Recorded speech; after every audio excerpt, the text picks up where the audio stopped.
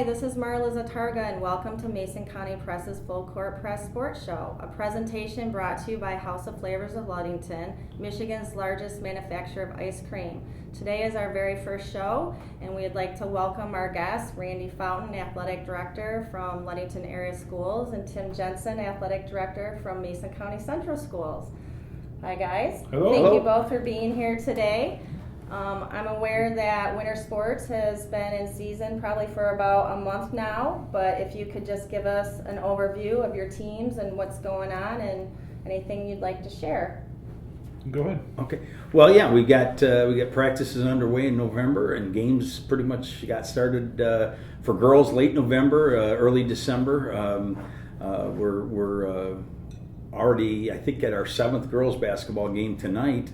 Down at Hesperia. Our wrestlers have been added over break, so they're they've been going strong, and our competitive cheer girls had a couple of meets over the break also.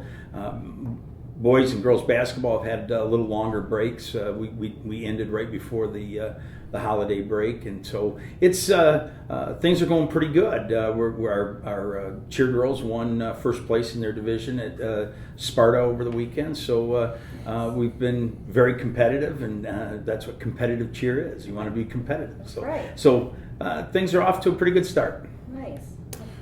Same thing. We started in November. We had more events over the winter or over the Christmas break than we've had in the past. Our swim team competed, our competitive cheer team competed, our wrestling team competed, and then we did throw a couple basketball games in there. Our boys competed down at the Zeeland Showcase Tournament and won it. Our boys varsity, the JVs and freshmen also competed. And then our girls ended up playing Mona Shores on Saturday, and they ended up beating a pretty good Mona Shores team. So all the teams are off and playing well, and hopefully after the month of January, we're hitting our full stride going into the state tournaments. Nice. Now, do either of you have any special events coming up as far as any of your sports teams? Actually, next Friday night, the 17th of January, we're doing something we haven't done. We talked about it in the past, doing it during football, but some of our veterans are getting up there in age, and we want to make sure it's safe for them, so we pushed it back to basketball season, and we're doing a Veterans Night for all of our area veterans. We had a chance to talk with them and give out some invitations during our Veterans Day assembly. So nice. we're having them in at 5 o'clock, them and their families and friends, and doing a little bit of a reception for them before the girls' game, and then right after the girls' game, having them stand up and be honored at our games. That's nice. Yeah. Now, I heard something, will each veteran be getting a hat or something Yeah, special?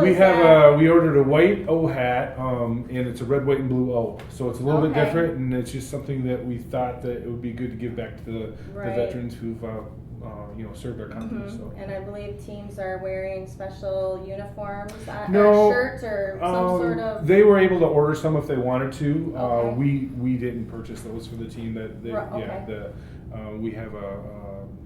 We have an option for them to purchase Mhm. it. So yeah. I think that's wonderful that you're going to honor the veterans. I know a lot are always in the stands there, and I just think that's really cool that Ludington is doing that. So what about, do you have anything going on? We had our annual wrestling tournament. Optimist sponsor that. Our Scottville Optimist sponsor that. We've been pushing like 40 years of that meet. Definitely, it's a long running meet. And then we also have coming up in February our competitive cheer invite, which Ludington and area schools for the most part. It's kind of a pre-district meet that we've been running for the last couple of years. We got snowed out last year, unfortunately, but it's something. It's a nice night. If you haven't had a chance to get out and see competitive cheer, it is a lot of excitement, and it's one of the coolest things because it seems like everybody's kind of rooting for everybody. Right. In most high school competitions, sides are being really rooted for and stuff, and with the judges judging, you don't really know what the scores are until kind of the meet comes to a conclusion. But the girls, all the teams make tunnels for each other. They all get a big cheer session at the end. I remember when we added it, I went to Hart for the first year that we had it because we didn't host. And it was my first experience, and I remember somebody saying, "This is the happiest athletic tournament thing you're going to be at," because like nobody seems to be, yelling at officials or yelling at the other team or anything like that. It's and it is. It's fun, but the girls are competing. They work really hard on their sets, and it's fun to watch. It's really neat. We host two. We host our regular season league meet, and then we always have our invitational in February. But we had wrestling and competitive cheer. Unfortunately, are those sports that really you just don't get many home events, and so it's nice to give them a highlight because both we only had 2 home wrestling, and they were like 4 or 5 days apart, both in December, and so they were done. Yeah, it seems like once the season, it takes a while for the season to get going, but boy, when it starts, things roll. It's kind of like the spring, like we wait for the snow to melt, and then and all of a sudden it's Memorial Day, Right. So. Yeah, exactly. And Ludington will be participating in that Yeah. as well? We put in competitive cheer.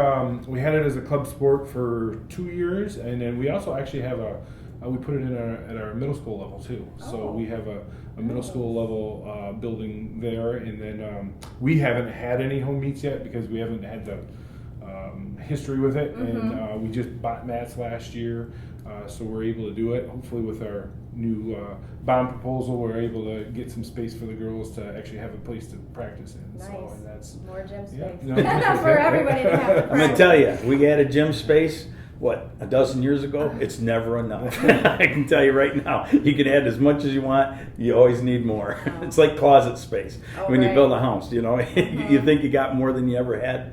It's amazing. You sit here and scratch your head and go, how did we do that in one gym for so many years? And then you have more. Right. And it's just, I think there's just when you add those, which is awesome that you guys have that going on, is that you're amazed how much more opportunity it offers for different groups, and it's just a lot nicer. But it's the funniest thing, our person who does our reserving our facilities, she's like, I can't find enough time, and it's like it'll work out. Right. We'll always make time. So. Well, that's exciting. That sounds really fun. I'd like to even check that out myself, the competitive cheer. It sounds it's a good like time. it'd be something to watch. So a little bit about conferences. You're Lakes 8, and you have the West Michigan Conference. There's been some talk that both schools are looking to maybe join different conferences or create a new one. Could you just maybe share a little bit about that? The West Michigan Conference, for probably the last 20-25 years, it's been kind of the elephant under the table or in the room, at least, that we've had discussions over whether or not we should expand, invite other schools, create a couple tier league and stuff like that. And I think what's happened is we have 2 schools in our conference, Oak Ridge and Whitehall, that are probably pretty comparable to Ludington's enrollment size now, and the rest of us are all from Montague's Class B, but they're barely Class B right now, and so I think with the PowerPoint change in football, where there's going to be a little more emphasis on who you play as far as size-wise. I think that has played a role in our decision as a league, and as well as the fact that we have 2 schools that are significantly larger than the other 6 schools. And it's just come to a point where finally, in an 8-0 vote, the league decided to reach out to area schools that we felt fit our demographics of, Class C, B level schools that offer, similar sports. we've done that. We sent out 11 invitations, including one to Ludington, to apply, and we should know. I think in the letter we asked by the end of March for those schools to respond, and we'll have an idea of moving forward. What our desire is kind of a BC tiered league.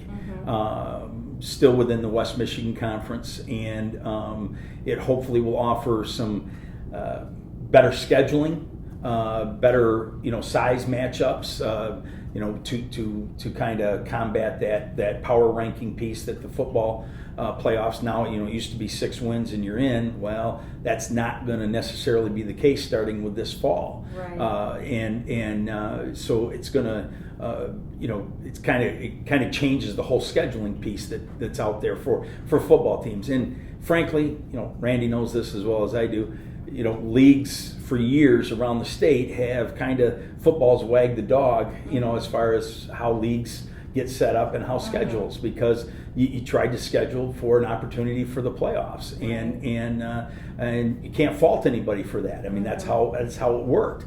And now they've kind of changed that format to a power ranking, and so now an Oak Ridge in our conference could possibly go 6-3, but have they got the right size wins, and so maybe we go 5-4 and we make the playoffs and they don't, under the new format. And so it's an opportunity to hopefully create a better alignment for their schedule, like Oak Ridge, like Whitehall, and maybe give schools like us and Hart and Shelby an opportunity to be a little bit more competitive in our schedule too, which traditionally we haven't been. And to be honest, that's it's something else that has been looked at also. So we're trying to improve the conference. We're trying to make things better for everybody, and trying to make it better for everybody in the area. And hopefully, what I'd like to see is that we've talked about, if this happens, that we have more of a middle school geographic setup where we're doing more things with Ludington and Manistee than with Ravenna and Oak Ridge necessarily, or Ludington with OV, and so that geographically parents can get to 4:00 games a little bit easier, and it just makes more sense at the middle school level, I think. Or even have the middle school games pushed back a little bit because they're a little closer. So as far as Ludington goes, we know our conference is there's a huge discrepancy between us being the biggest and maybe Muskegon Catholic or Muskegon Heights being the smaller of the group. Competitive wise, our conference is very competitive. You look at West Michigan Christian in boys soccer, they won a state championship. Our boys basketball, our boys soccer, our girls soccer. We're very even though we're small and there's a lot of discrepancy, we as a conference prepare the other teams in the conference for the state tournament, and just the competition level. Our biggest thing is we need to find schools that offer sports. For instance, JV baseball and a lot of the JV sports. A lot of our teams in our conference don't have. So we're looking at some of the bigger schools like Oak Ridge and Whitehall. Whitehall is very similar to us. And not just West Michigan Conference too. We're looking at the Central States too, which is another conference that we used to be part of when they were the Western Waterways Conference. So I've been around a lot of conferences. So would that also help bring back possibly 9th grade sports too? Would that is that factoring in there at all? I don't think that is the biggest determiner as us being able to get the kids out for sports, because we reinstated girls basketball at freshman level last year, and we just didn't have enough girls going out this year. But we were also able this year to put a freshman girls volleyball team in. So sometimes it's that girls just want to play one sport, and they're in travel volleyball versus basketball, 9th grade basketball. So it's a kind of a parental decision or an athletic decision on their part. Kids.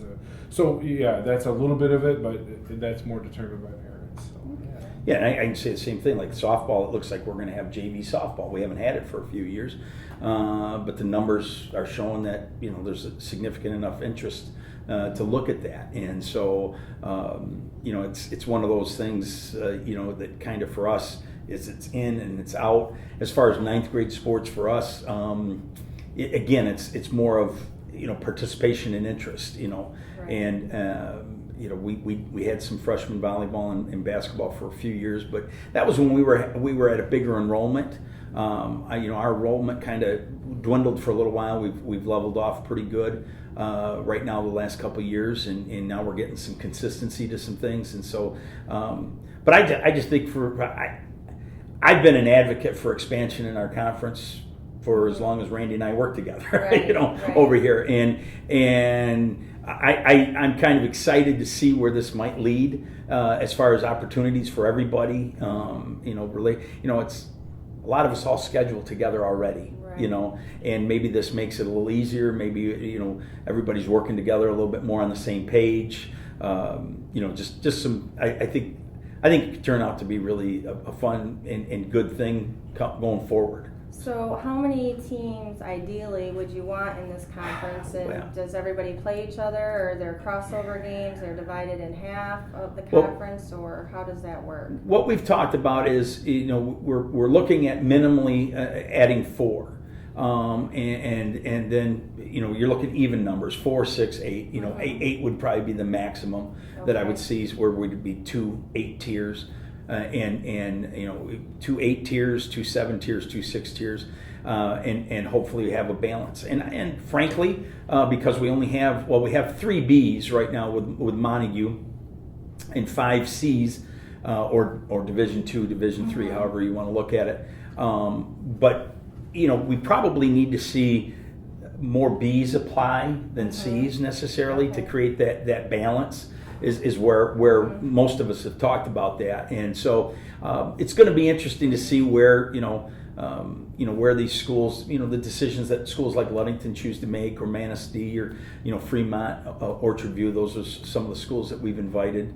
We've kind of kept it in what we call kind of a box, if you will, from US 10 over to 37, 46 down in Muskegon, up 31, and we're trying to keep it in that. So it's regionally pretty right. comparable in demographic wise, and but we won't know until the end of March to see who's written a letter of interest. So it's exciting. It's exciting. Yeah, it sounds exciting. Yeah. So anything else on the docket that's you'd like to share that's coming up? Well, we know definitely that Ludington and Scottville girls and boys basketball will be meeting, and I know girls will be hosted here in Scottville. Our boys, are they in Scottville this year too? Both are here this year. I know the girls. I hate to say it, but I January. think it's the 20th. It seems like January 20th in 2 weeks. Is the girls. That's the girls. The game, girls. yeah. Yep. And then March 3rd is the boys, Yep. which is right now it's our last game on the schedule. But Mother Nature can sometimes have a I think they can make it. Yeah. Well, but I mean, it might not be our last game because I have to put something later in the season. But hopefully we'll have a little better winter than last winter, because it seemed like we were, for about 2 weeks, all of us were rescheduling something. Yeah, boys districts are in Cadillac. Our girls Okay. districts, I believe they're in Benzie. Where are you guys at? Our girls districts are in Hart, and our boys are in Pine River. Okay. I believe girls are in Cadillac as Oh, well. maybe I got them flipped over. Yeah, because last year girls were in Benzie, and this Oh, maybe year, I have them flipped. yeah. Maybe the boys are in Benzie. So bringing that up, I heard that there are some changes on how they're doing the draws for districts. Could maybe you talk about that a little bit? Again, it's going on the PowerPoint. They're seeded. The number 1 seed, is it the number 1 and number 2? 1 and 2 are the only ones seeded. And Okay. they get seeded in the opposite sides of the bracket, so they have a possibility to play in the finals. Because Okay. in the past, it was just a blind draw, and sometimes you had your 2 best teams playing on opening night of districts, and it would knock out one of the best teams before they got. So they're seated then by record? Is that? It's kind of a PowerPoint. Oh, we okay. have to get our scores in as quickly as we can after games, and the state has created a formula, Okay. based on who you're playing, their record, who they've played, and it creates I see. you have I think you can go online and you can see. I don't know. Last I checked, we were like at a 0.6 something. I don't even know what that means. Okay. But I'm assuming, depending on where you fit in with your schedule, I think they're doing it 2 weeks before the tournament starts.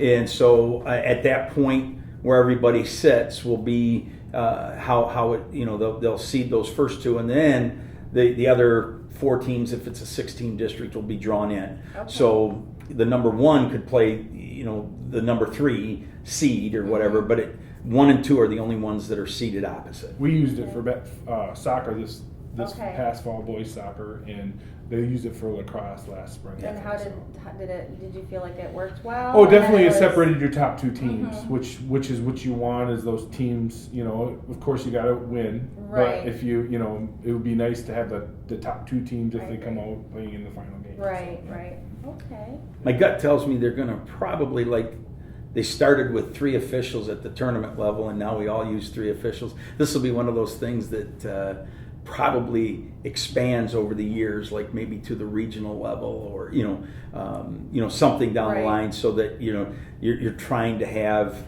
your top seeds at the better, higher games, and so it'll be interesting to see how that all. Right now they're leaving it at the district level, but it'll be interesting to see how that flushes out down the road. And but it's hard to do because regionally, it's Michigan is a big stretched out state. So. Right. Well, I want to thank you guys both for taking the time to meet with me today. One last thing that I think might be important: if viewers want to access schedules for any upcoming events, how would they do that? How do they? Go on to lasd.net. Okay.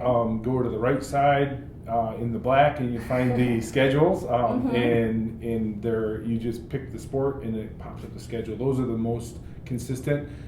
We put it on. Tim uses Arbiter also, and those feed into the Michigan High School Athletic Association, but those aren't always the most accurate. So that's also on there to get map and game information, but the schedule, the refrigerator schedules in that area that I just explained. Awesome. Same for you? Well, ours is at, we should have one now on our website at mccschools.org. You go to the high school in athletics and you can find that. We also started a new app. We have an MCC Schools app, and if you download the app, the schedules are on there also. And of course, you can go to the MHSAA, which the Arbiter dates are fed in there too. So usually there's a lot of places that you can find it. It's just a matter of navigating to it. So. All right. Once we start canceling and rescheduling, then it becomes a free-for-all. Exactly. So. Okay. Right. The disclaimer: seasons or schedule is subject to change. Yep. So. Well, thank you guys for being my first guest on Full Court Press, and I hope that we can meet with you again. All right. Thank you. Thank you.